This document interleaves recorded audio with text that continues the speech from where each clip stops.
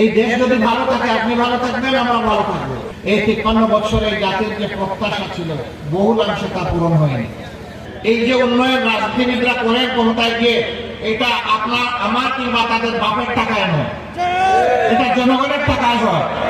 কিন্তু জনগণের সেই আমানতদারিকে নয়ছয় করে 10 টাকায় যেখানে কাজ হওয়ার কথা সেখানে 100 টাকার বাজেট তৈরি করা হয়। সারা দুনিয়ায় ছড়িয়ে পড়ে সেই দেশের উন্নয়ন করতে পারে, আর আমার দেশের নাগরিকরা নিজের দেশের উন্নয়ন করতে পারে না, একমাত্র চুর এবং বাটপারদের কারণে। হিসাবে আল্লাহ আইনের ঊর্ধ্বে কোনো আদর্শ নাই। তাদেরকে তো আমরা বলি নাই যে আপনারা দেশ ছেড়ে চলে যান। তারা গেলেন কেন? তারা গিয়েছেন এই কারণে যে তারা এত সব অপকর্ম করেছে যে এই দেশের 1 ইঞ্চি জায়গাকে তারা নিজেদের জায়গা মনে করতে পারে নাই। এই জন্য দেশ ছেড়ে যেদিকে পেরেছে পালিয়েছে, আর যারা যেতে পারে নাই আস্তে আস্তে জালে ধরা পড়েছে। তারা মানুষকে জ্বালিয়েছে, বিভিন্ন দিক থেকে জ্বালিয়েছে।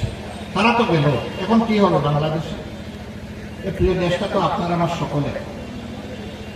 এই দেশ যদি ভালো থাকে আপনি ভালো থাকবেন, আমরা ভালো থাকবো। এই দেশ যদি কষ্ট পড়ে আপনিও কষ্ট পড়বেন, আমরাও কষ্ট পড়ব। আমরা কি কেউ চাই স্বেচ্ছায় আমরা কষ্টের মধ্যে আবার পড়ি? যদি না পড়ি তাহলে কি করতে হবে আমাদের? বাংলাদেশের 53 বছর চলে গেল স্বাধীনতার পর। এবার আমরা 54তম বছরে পদার্পণ করেছি। এই 53 বছরে জাতির যে প্রত্যাশা ছিল বহুলাংশে তা পূরণ হয়নি। আমি বলবো না যে একেবারেই পূরণ হয়নি। এই যে বিল্ডিং, আমার ধারণা এটা বাংলাদেশ আমলের বিল্ডিং। পাকিস্তান আমলে এরকম প্রতিষ্ঠানের বিল্ডিং ছিল না। 3 শেড ঘর ছিল সেমি পাক্কা। আমরা স্কুলে যেতাম, কারো পায়ে একজোড়া চপ্পল আছে, কারো নাই, খালি পা। কেউ লঙ্গি পরে যেত, কেউ পাজামা পরে যেত। একটা স্কুল ব্যাগ, স্কুলে যাওয়ার সময় আমাদের পাশে থাকবে, সাথে থাকবে, ঘাড়ে থাকবে, পিঠে ব্যাকপ্যাক হিসাবে থাকবে, এটা আমরা কল্পনাও করি না। মাশাআল্লাহ, এখন তো আমাদের বাচ্চাদের সেইরকম আছে না? এগুলো উন্নত। ভেরোগঞ্জের এই রাস্তা, আমার ধারণা এটাও বাংলাদেশ আমলের উন্নয়ন। এখন বলবেন যে অনেক সরকার তো উন্নয়ন করেছে। হ্যাঁ করেছে, প্রত্যেকে করেছে। আপনার আমার ট্যাক্সের টাকায় করেছে, বিদেশ থেকে আমার ঋণের টাকায় করেছে। ট্যাক্স আমরা সবাই দিয়েছি। একজন ভিক্ষুকও ট্যাক্স দেয়। একজন ভিক্ষুক ভাই কিংবা বোন সারাদিন দুয়ারে দুয়ারে জনে জনে হাত পেতে যে ভিক্ষা করে, সেই টাকা সঞ্চয় করে সন্ধ্যাবেলা সেই যে দোকানে ঢুকে আমাকে চাল দেন, ডাল দেন, এটা দেন, ওইটা দেন, তার সঙ্গতি অনুযায়ী সে কিনে। আপনি যেমন কিনতে গিয়ে ভ্যাট দেন, তাকেও তেমনি ভাবে ভ্যাট দিতে হয়। সুতরাং রাষ্ট্রের ট্রেজারিতে কোষাগারে ধনী বড় লোকের যেমন ট্যাক্সের টাকা আছে, আমার ওই গরিব ভাইটির বোনটিরও ট্যাক্সের টাকা এখানে আছে। এই সমস্ত টাকা দিয়ে উন্নয়ন হয়। আবার বিদেশ থেকে যে লোন আনা হয়, ঋণ আনা হয়, তার বোঝা কিন্তু আজকে জন্ম নেওয়া শিশুটির ঘাড়েও পড়ে। অতএব এই যে উন্নয়ন রাজনীতিবিদরা করেন ক্ষমতায় গিয়ে, এটা আপনার আমার কিংবা তাদের বাপের টাকায় নয়, এটা জনগণের টাকায় হয়। কিন্তু জনগণের সেই আমানতদারিকে নয়ছয় করে 10 টাকায় যেখানে কাজ হওয়ার কথা সেখানে 100 টাকার বাজেট তৈরি করা হয়। আবার সময় মতো শেষ হয় না, জনদুর্ভোগ সৃষ্টি করে টাইম বাড়িয়ে বাড়িয়ে বাজেটকে আরো দেওয়ার চেষ্টা করা হয়। এইভাবে যে উন্নয়নটা বাংলাদেশে হতে পারত, 18 কোটি মানুষের 36 কোটি হাতে, কর্মীর হাতে, কারিগরের হাতে, দেশ গড়ার ইঞ্জিনিয়ারের হাতে পরিণত করে দেশকে সোনার দেশ বানিয়ে চমকে দেওয়া যেত বিশ্বকে। আমার দেশের নাগরিকরা সারা দুনিয়ায় ছড়িয়ে পড়ে সেই দেশের উন্নয়ন করতে পারে, আর আমার দেশের নাগরিকরা নিজের দেশের উন্নয়ন করতে পারে না, একমাত্র চুর এবং বাটপারদের কারণে।